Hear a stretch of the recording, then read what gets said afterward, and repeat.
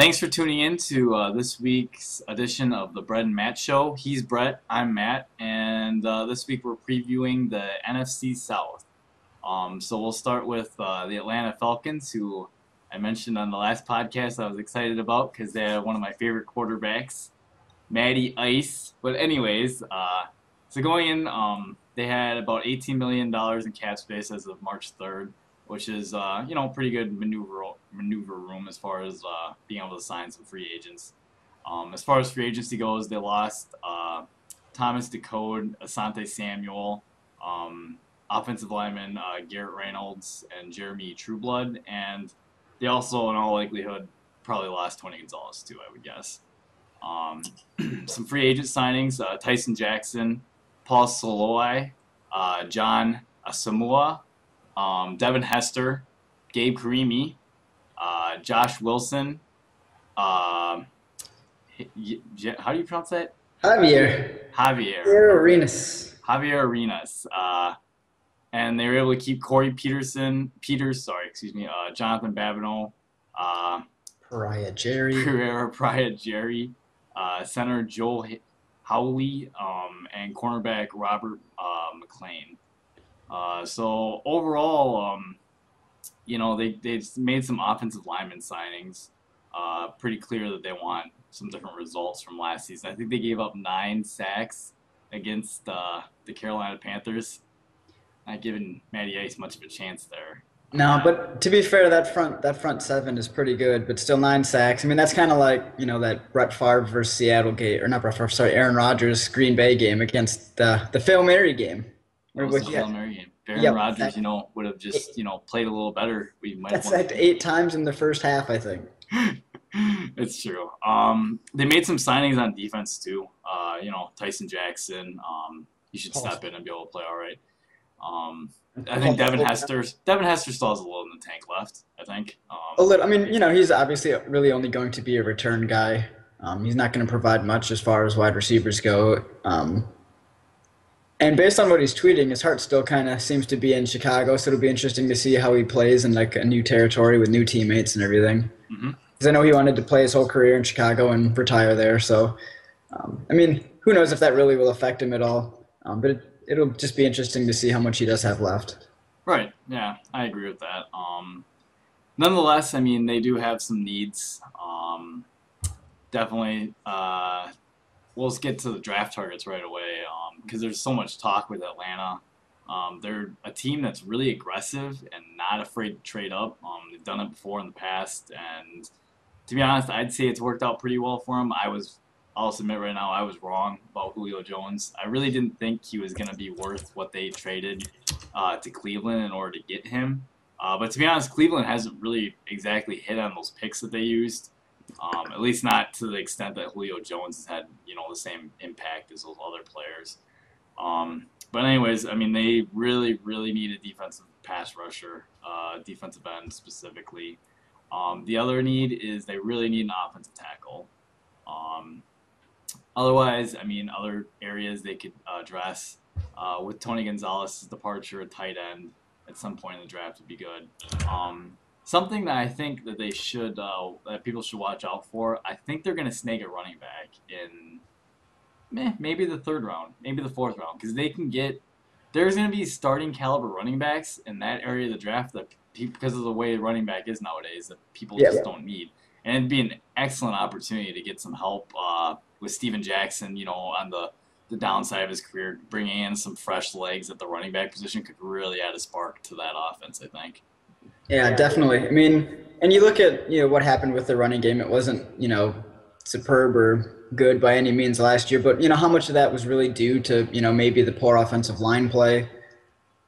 So maybe Steven Jackson still, if they improve the offensive line a little bit more, could still give them some, pretty good production. But even then, he's still a little bit older and obviously on the downside. So, yeah, running back is definitely something that I think they could go for.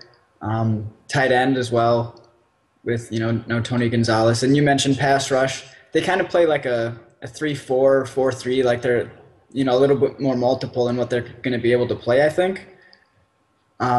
So hopefully for them, it doesn't have to be a defensive end necessarily. It could also be a guy that, plays that outside linebacker, defensive end tweener type. So when they go with a three-man front, he could play outside linebacker, but if they want to use a four-man front, he could put his hand down and be a defensive end.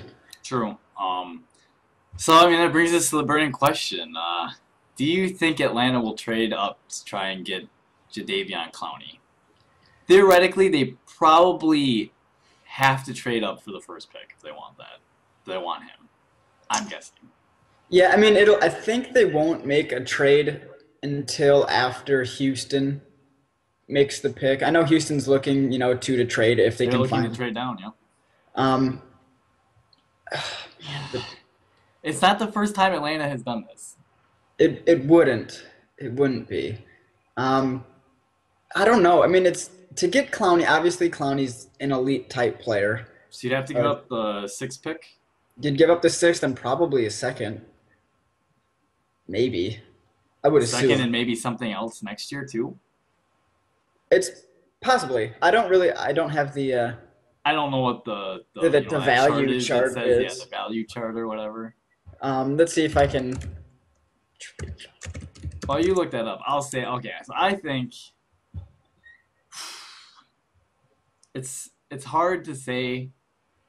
I think should be tempting for me. I mean, if it would depend on what they specifically would want for that pick, but Jadeveon Clowney, from what everyone's estimations are, is heads and shoulders arguably the top prospect in this year's draft.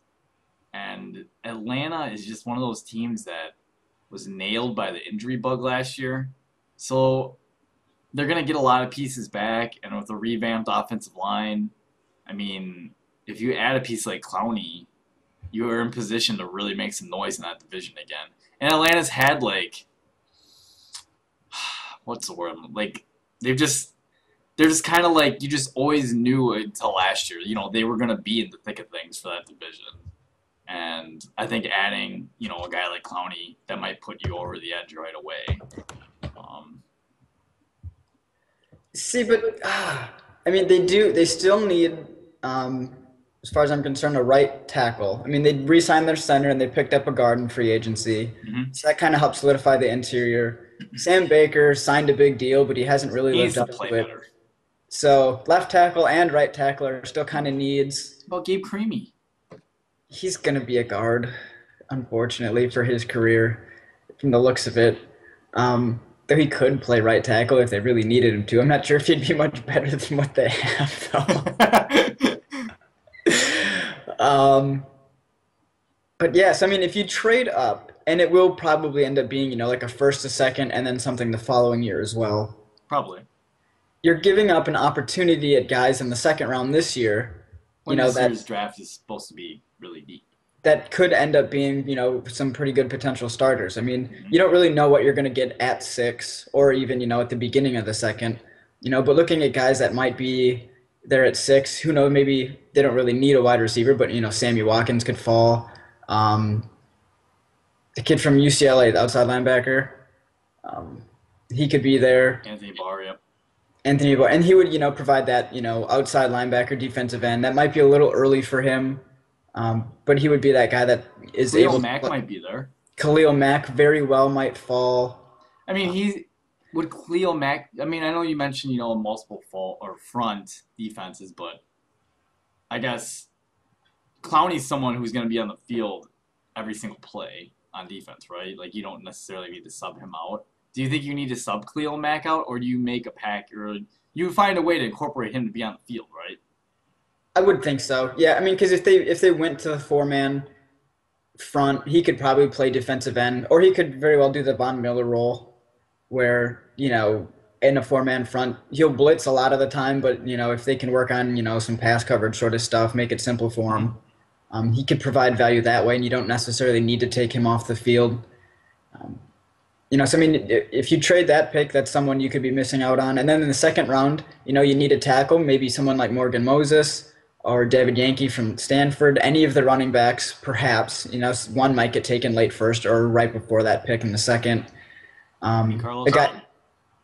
Carlos Hyde. Demarcus Lawrence is a defensive end, outside linebacker kind of guy, I believe, from Boise State. He was in there for a visit recently. So they've at least showed interest in him. If you trade that second round pick, he's going to be gone by the time the third rolls around. And most of the tight ends. So I mean, it feels like you're giving up two starters to get Clowney, and yet Clowney might very well just be really damn good. But he also might not give any sort of effort whatsoever. Who really knows? I'm not going to try to judge a kid on his effort. I'm not around him. I don't know him personally. But man, I don't think It seems like it does seem like a lot to give up for yeah, and that kind of potential. But I mean, at the same time, I mean, someone staring 18 sacks a year in your face, I mean, it's probably high too, but I mean, you just don't, you know what I mean? He has the potential he could get. I don't see why he couldn't get 18 sacks in a season. right. I mean, yeah, That's but what I mean, Robert Quinn had last year. yeah, I and mean, JJ granted, Watt, Clowney's going to get double teamed. I don't know who their other end is. Coy Bierman or whatever his name is. and they got OC as Oh, well. okay. But whatever you think of OC, he's probably not providing a whole lot anymore. Right. So I don't know. All I know is that at least at defensive tackle, they should be pretty well off after all those signings. But at end, yeah, they do need an end, and they need some linebackers. And I just don't know if trading up It's worth is all worth it, that. especially when you are a team like Atlanta, which for some reason after what happened 2 years ago, all of a sudden they have all these needs. And I don't think trading away picks is necessarily the way to fill all the holes you got. That's true. Yeah, I mean, I guess overall, I mean, Atlanta, just 2 seasons ago, they were, a play away from having a Super Bowl berth, realistically. I mean, they were right there. Um, I don't think they're probably as bad as what their record was last season. Um, but it'll be interesting to see how the offense adjusts with all the new, uh, like offensive line shuffling around and stuff. Getting Julio Jones back and Roddy White, hopefully being able to stay healthy, like those are pretty important pieces. I mean, you're talking about arguably, the two best wide receiver duo in the league next to, Brandon Marshall and Alshon Jeffrey. Um, it just they need to keep those guys healthy. They need to add some pass rush on the defense and Probably some guys in the secondary too. yeah, in the I mean, secondary. I mean, Desmond Trufant is really good, and I know they just re-signed Robert McClain. They brought in some guys like Josh Wilson and stuff, but man, relying on these guys to be hating on starters, Josh Wilson, Brett. it's not good, man. Anyways, yeah. So I mean, I think Atlanta will be in the race for the division. I don't necessarily know or am gonna predict that they'll win it. At least not until after I see what they do in the draft. Um, I think they'll be in the race. Like I'm not gonna go out and say that I think they're gonna be the worst team in the division again because I honestly don't think they will be. But then again, I don't know who I'm gonna pick to be the worst team in this division because this division's loaded. So, but yeah, those are my thoughts, I guess, on the Falcons. What about you? Um, yeah, I mean, coming into the offseason, we mentioned it. Defensive tackle was probably by far the biggest need. Looked like Adam Raplogle, go IU, was in line to realistically be a starter because I think him and Travion Robertson were the only guys under contract. So they went out, and signed guys like Soliai and Jackson to help them when they do go to their three-man front, as well as kept the guys that they already had the previous season. So they should have a lot of at least depth up front in the three-man. And they still do need an outside linebacker or anyone really to rush the passer. Uh, and the signings at offensive line should solidify most of the interior spots, but tackle is still a pretty big need. Since Stan Baker, as we mentioned, hasn't lived up to his deal, and they don't have anyone worthy of starting on the right side. So really for me, it's kind of hard to project because, as you mentioned, just 2 years ago, they were that close, to perhaps going to the Super Bowl. And then last year they were worst team in the division. Yeah. It was a pretty big fall. They did have the injuries. You'd think maybe with everyone coming back healthy, they should get a little bit better. But I still feel like they have a lot of needs. So yeah, it'll be interesting to see, where they're at in this division that I think is honestly continuing to even get better. I agree. So that said, we'll move on to the next team, the Tampa Bay Buccaneers. Um, Going in as of March 3rd, they had $17 million in cap space, which is pretty good. And they too made some moves. They traded Mike Williams for a sixth round pick from Buffalo. They cut Darrell Revis for nothing. But they Well, did for save money. $16 million. They did save money. And then they also lost their center, Jeremy Zuth, Tyquan Underwood, Donald Penn, and David Joseph were also losses along the offensive line. Some signings.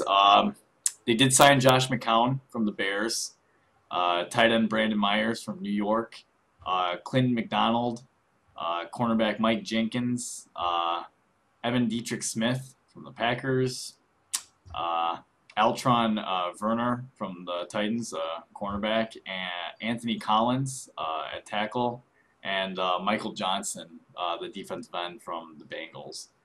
So they were pretty active in free agency. Any of those moves stand out to you?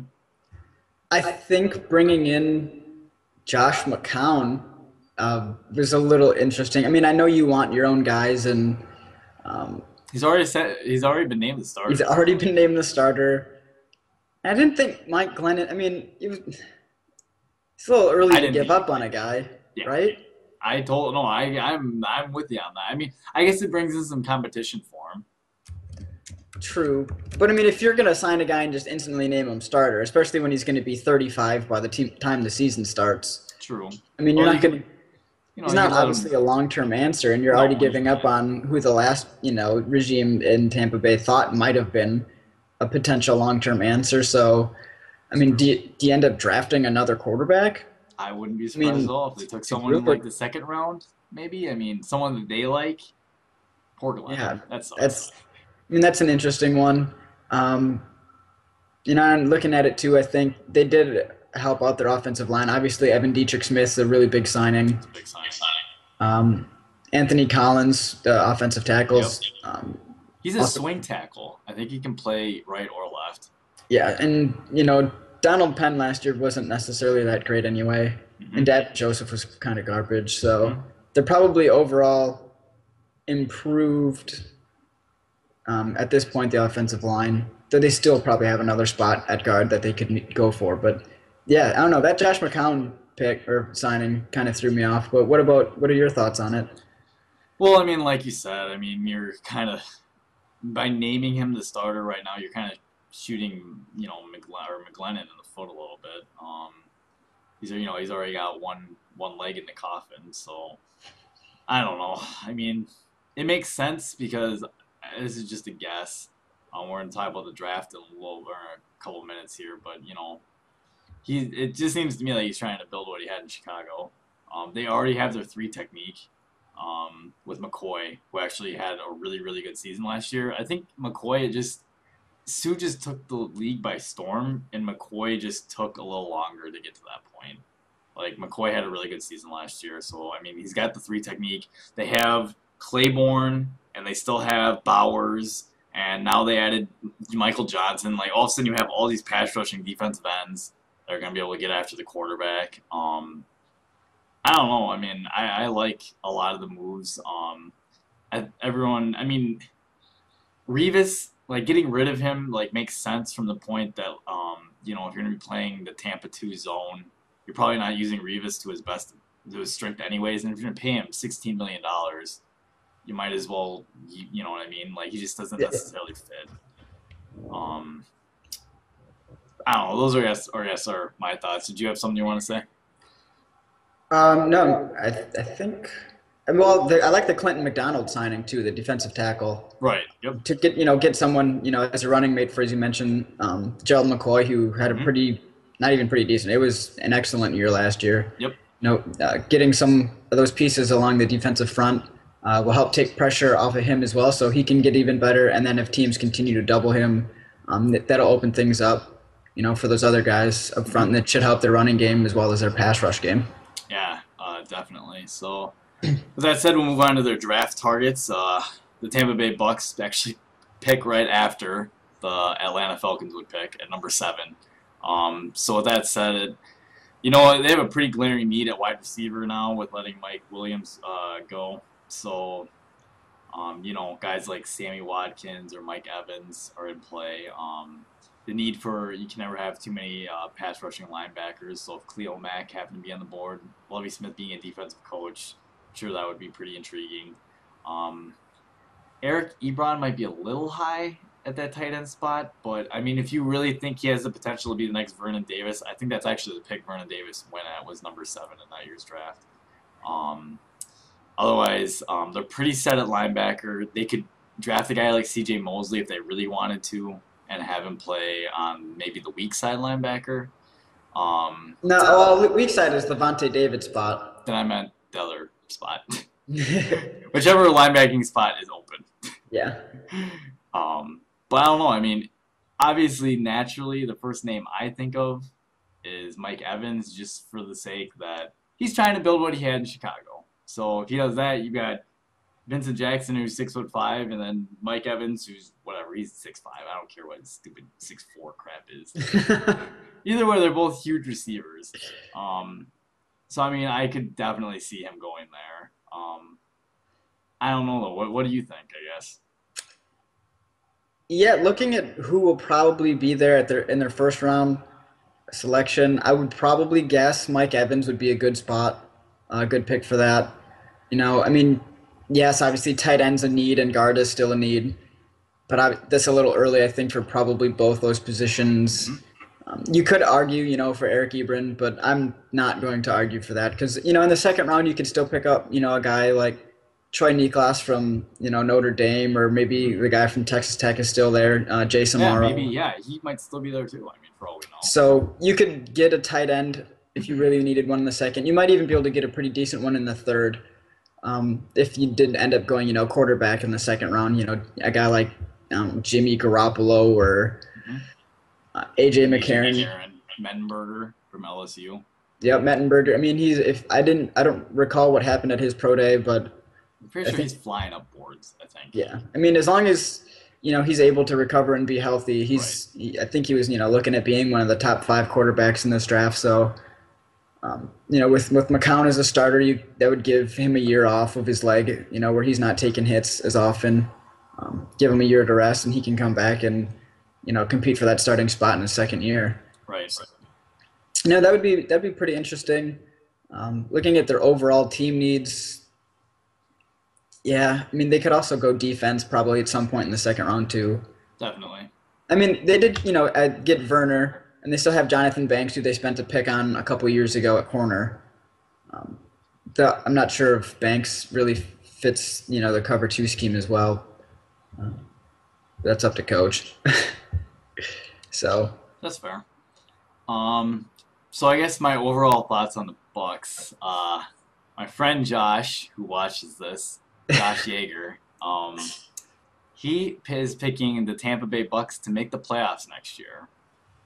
You know what? I'm going to agree, and I'm going to ride on the Tampa Bay bandwagon. You betcha. I'm picking them to make the playoffs, Brett. I just think Lovie Smith's going to come in. They're going to make an impact. You wait and see. They're going to play good defense. They better play good defenses with the offenses they're going to play. But, they're going to have at least good coaching, hopefully, on the defensive side of the ball.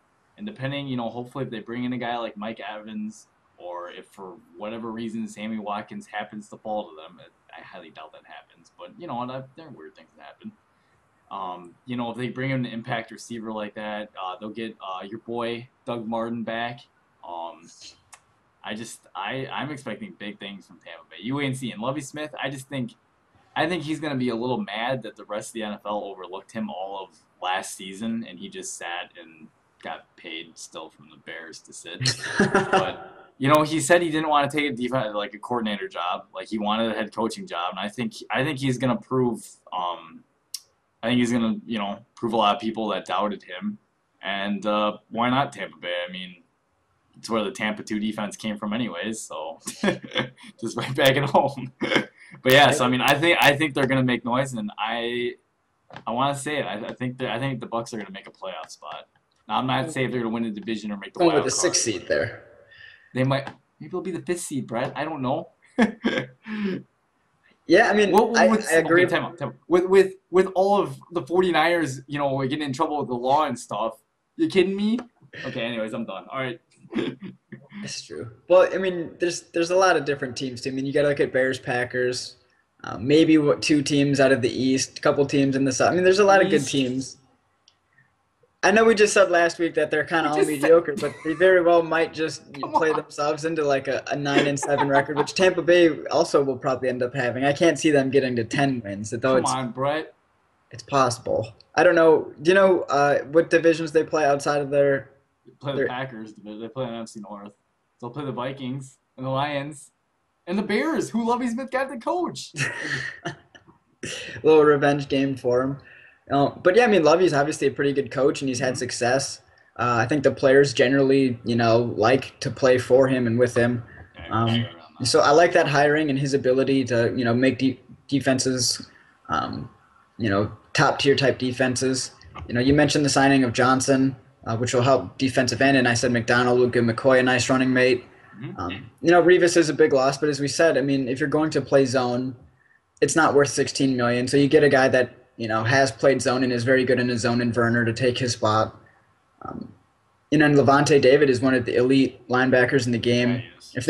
If they could find another linebacker to pair with him, they should be pretty stellar on defense. Mm-hmm. They upgraded at center and signed a capable replacement at left guard or left tackle. Sorry. Yep.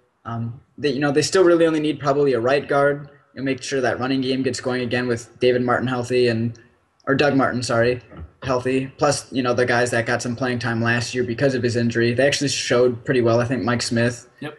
Mm-hmm. Um, and if they can get some more offensive firepower on the outside, whether it be wide receiver or tight end or both at some point in this draft, they should be a pretty good overall team. It's a tough division. It's a very tough division. Tough You know, conference. It is. I don't know. Jump on the bandwagon, Brett. I don't know if I can go playoffs. Playoffs. Playoffs. But they should be an improved team. Mm-hmm. You know what?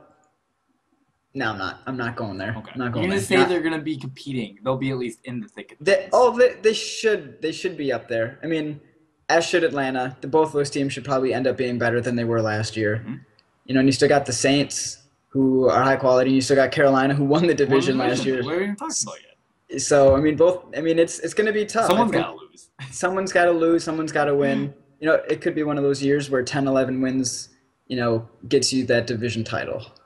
Agreed. So with that said, we'll move on to the New Orleans Saints. The Saints coming into March 3rd had $1,400,000 in cap space about, which is really, really bad.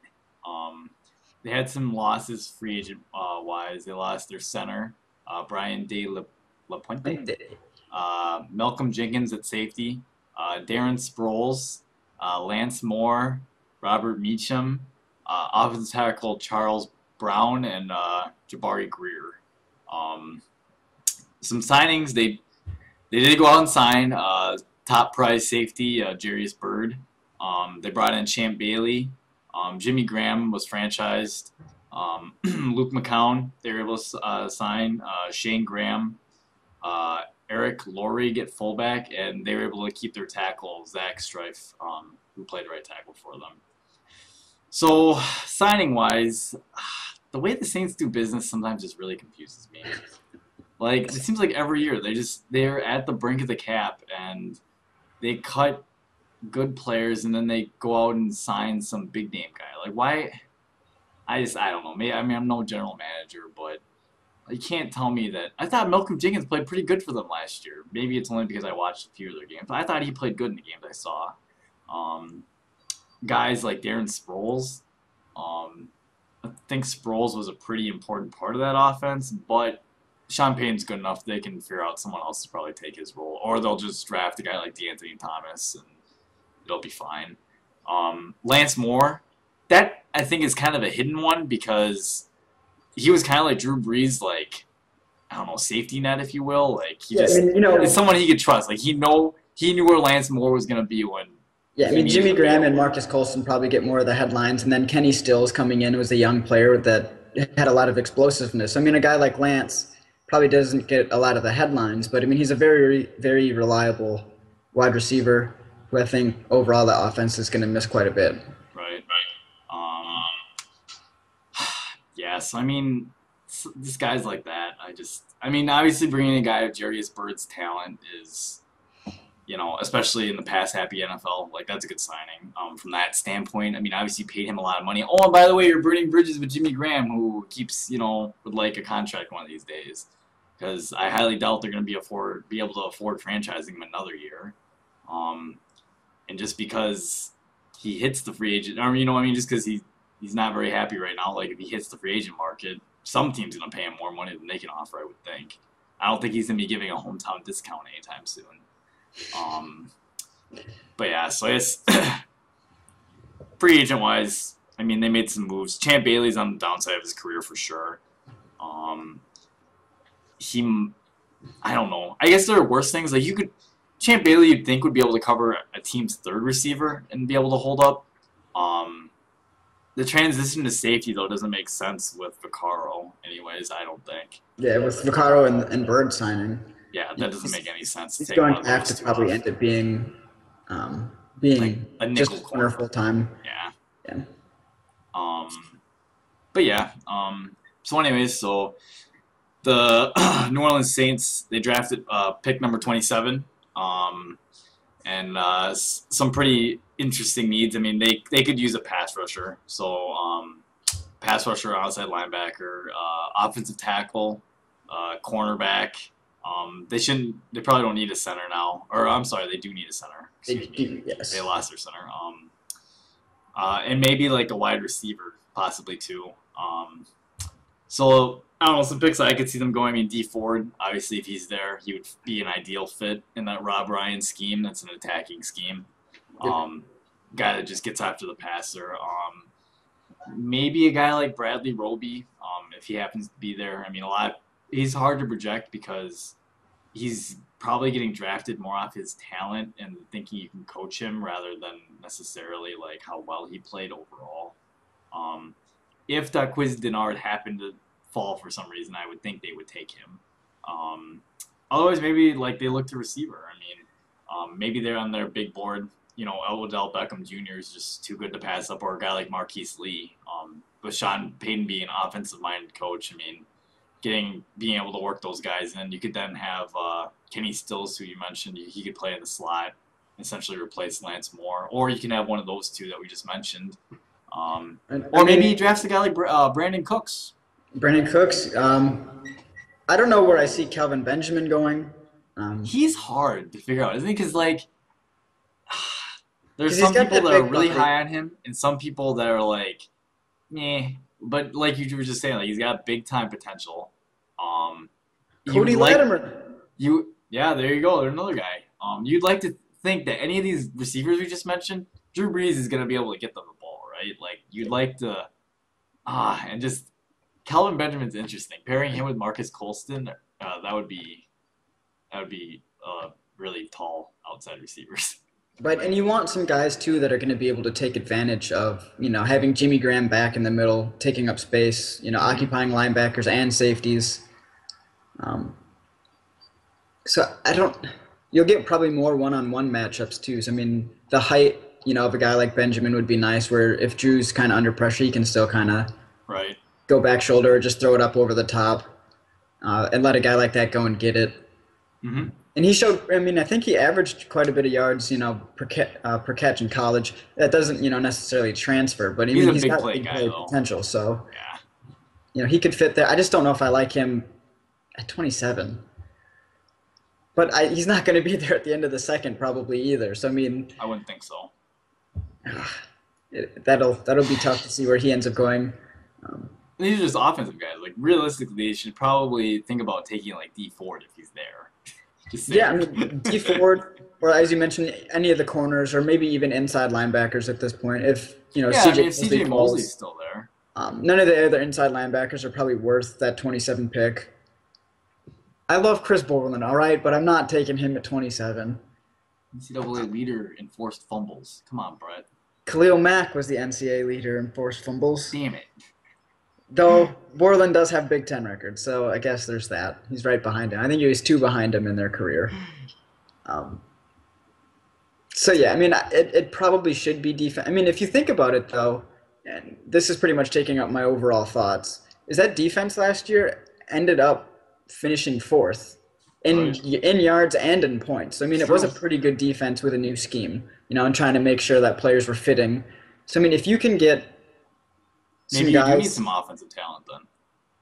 maybe, but if you can also get some of the guys in there that Rob Ryan thinks will just elevate it even more. Like if you can Like get push that it team, over the edge, sort of thing. up to like near, like Seahawks front seven sort of quality. I mean, it's different schemes. It's a 3-4 versus 4-3. So I guess maybe like a San Francisco front. Yeah, You more. know, Yeah, sure. I hear you. is that something you would you'd probably want to pursue that, right? Make It's sure a good Rob point. Ryan's got his guys.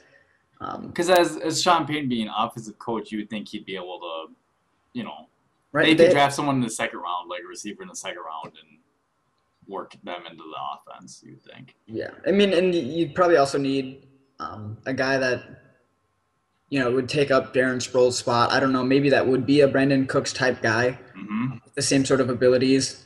Maybe that Dre Archer from Kent State. Like in third or fourth round, if they can get a guy like that for at least return, and then like third down type back if you can throw some passes to him out of the backfield. I don't know. Right. So I mean, but yeah, I mean, both their coaches, the head coach and the defensive coordinator, are just I think so good that it's hard to decide which side of the ball you're going to need to go with. I mean, so yeah, that's tough. They have options. I mean, Just at 27 or where they're picking, I mean, they're in good shape overall as a team. So, you know, I guess my overall thoughts. I mean, I don't like the way that they do like their cap structure and stuff. That kind of bugs me. But then again, I'm not in charge of it. But to lose all those players and then go and sign a guy like Jerry's Bird, that just I don't know. To me, that just doesn't make the most sense. But maybe it's because I'm too much of a Packer fan and we like to keep our own guys. So, but anyways, so I think as long as they have Drew Brees, they'll be in contention or for making plays and whatnot. They'll be right there with the division. They did get their first road playoff game in a long time. Long time, I'm pretty sure, against the ever. Eagles. It might have been forever. But so I mean, after doing that, it's hard to see where I ranked them. I ranked them in Tampa Bay. Yeah, I don't know. I guess I'm kind of giving away that I think the Panthers are going to struggle a little bit, but the Saints, they should be right there. So, what are your thoughts? Overall, I mean, I kind of already said some of it, so I'll just kind of say my overall thought is, I think that this is the team in the division that has the fewest glaring needs overall, and probably should realistically end up being the favorite to win the division, or at the very least make the playoffs coming out of the division as the second team. Sure. At the very least, but I honestly fully expect them to be the team that wins the division. Okay, so there you go. Brett Staley just picked the New Orleans Saints to win the division. Just calling it. Calling it now. Calling my shot. Calling my shot. So with that said, that leads us to the last team in this division, the Carolina Panthers. Were division champs last year. Going into this year, they had $12 million as of March 3rd. Boy, free agency, I tell you, free agency was brutal to anyone. It was brutal to the Panthers. They lost Steve Smith, Tengen Jr., Brandon LaFell, Jordan Gross, Catherine Mutterland, Michael Mitchell, Trevor Warden, Drayden Florence, and Quinn Michael. Those are some big pieces they just lost. They were able to sign Jericho Cotchery, Taekwon Underwood, Jason Avant, kicker Graham Gano, Safety Roman Harper and Thomas Decode. Didn't know they signed Thomas Decode. Hmm. Um, but yeah, so to lose your three starting receivers, I really don't. And then your starting left tackle, who has played pretty well his entire career, to lose him to retirement, to lose players like Captain Munnerlin and Michael Mitchell Michael played really well this Mitchell. last year, and Travell Wharton was a pretty solid starting guard. That's a lot of pieces you just lost. And you signed mediocre, like barely mediocre guys. Like, are you kidding me? Jericho Cotchery and Jason Avant. And Taekwon Underwood. I mean, Kotri did last year. He had what, 10 touchdowns. He had a pretty solid year, but he's obviously a little bit older, and I don't know if I could view him. He had 10 touchdowns. Didn't he have I think like five in one game? I don't know. Oh, I remember. I thought he had a bunch against the Patriots or something, but I might be Um, making that up. but I mean, he had a solid year, but he's older. I don't know if you truly view him as a number one guy, and obviously Avant and Underwood aren't number ones either. No. Um, and you look at safety. I mean, yeah, Roman Harper and is obviously a little bit older, big name guy, but older. And then Thomas Deku, you know, 2 years ago was a Pro Bowler. Last year played not that good at all. I Nope. mean, so based on name, I mean, you might say they upgraded, but honestly, based on play last year, guys like Michael Mitchell and Quentin Michael ended up outplaying Harper and Deku. So, Mm-hmm. they kind of downgraded at safety. We just mentioned wide receiver. Plus, they lost some guys on their offensive line. I mean, it looked like they're not improving at all so far in the offseason. No. So as far as draft targets, it's ironic because it's the exact same kind of situation that the Atlanta Tampa Bay was in. Carolina picks at number 28, so the Saints pick right in front of them. I don't know how to spell it out any bigger than this. They need to address, I think, wide receiver or left tackle, but specifically wide receiver because I don't know. I don't see any of those receivers that are on that roster as being impact guys, and they missed out on other impact free agents like um can't think of the guy that the Colts signed. Hakeem Nicks. That's it. The guy from New York. I was gonna say. Okay, so anyways, so I mean they should be able to in position to get we mentioned a bunch of them before, but at that stage maybe like other guys like Allen Robertson possibly would be another name that we didn't throw out there. It'd be interesting pairing Kelvin Benjamin with Cam Newton. Big physical receiver like him. The other needs, I mean, like I mentioned, tackle. Cyrus Kwanjo should be there. Antonio Richardson. We did mention, they lost some defensive backs, so maybe a guy like Jason Verrett, Bradley Roby, or Kyle Fuller, possibly. Um, I don't know, man. They have so many needs, in my opinion. Like, especially after losing all those guys, like where would you start? You'd have to go with the best guy that you have evaluated on your big board, right? Rather than reach Yeah. for one of those needs. Well, I mean, you look at where their needs are. They're at, as we mentioned, wide receiver, offensive line, and then probably defensive backfield. They should probably, honestly, at that point in the draft, the best guys available will probably end up fitting those needs. So, I mean, they should be Probably. lucky in that sense. Now, unfortunately, they're not going to probably get a top left tackle I at wouldn't that think late. so. But you could probably get a pretty decent either left tackle or maybe a guy you can put in at right. Hmm. But because if you look at their defense too, like the front seven should be pretty solid. I mean, they Yep, the got front seven Kuechly, should be good. Davis, Johnson, Kawan Short, and Star Latulele. And they got Greg Hardy, right? They kept The him. Kraken? So, Yep. um, I mean, that front seven should at least help the secondary by, containing the running Yep. game for the most part, as well as getting pressure on the quarterback. You're right. It's true. So I think I would probably just go off best offensive player. I mean, I'm usually the best player available, but for Carolina's purposes and sake, got to get Cam Newton some weapons somewhere. Um, It's true.